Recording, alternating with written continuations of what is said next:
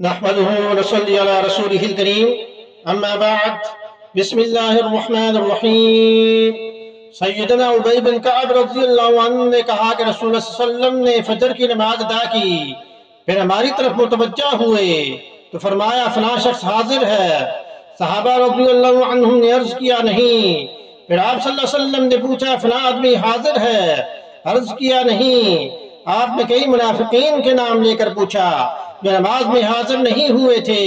پھر فرمایا یہ دونوں نمازیں فجر اور عشاء منافقین پر بہت بھاری ہوتی ہے، لیکن اگر وہ ان کی فضیلت اجر و ثواب کو جان لیں تو گھسٹتے ہوئے ان دونوں نمازوں میں چلے آئیں۔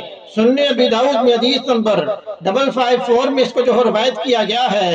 ایک اور حدیث میں ابو ہریرہ رضی اللہ عنہ سے روایت ہے، انہوں نے کہا کہ نبی اکرم صلی اللہ علیہ وسلم نے فرمایا فجر اور عشاء کی نماز سے زیادہ اور کوئی نماز منافقین پر بھاری نہیں ہے۔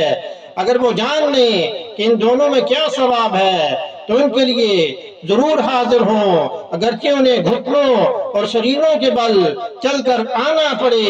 میں نے پختہ ارادہ کر لیا تھا کہ مؤذن کو تکبیر کہنے کا حکم دوں، پھر کسی کو لوگوں کی امامت پر مامور کروں اور خود آگ کے شعلے لے کر ان لوگوں کو جلا دوں جو ابھی تک نماز کے لیے نہیں نکلے۔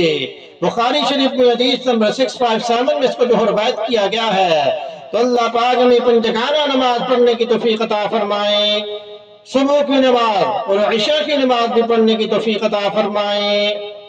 کس قدر گراں تم پہ صبح کی بیداری ہے، ہم سے کب پیار، ہاں نیند تمہیں پیاری ہے۔ اللہ پاک عمل کی توفیق عطا فرمائے۔ وما علینا الا البلاغ المبین۔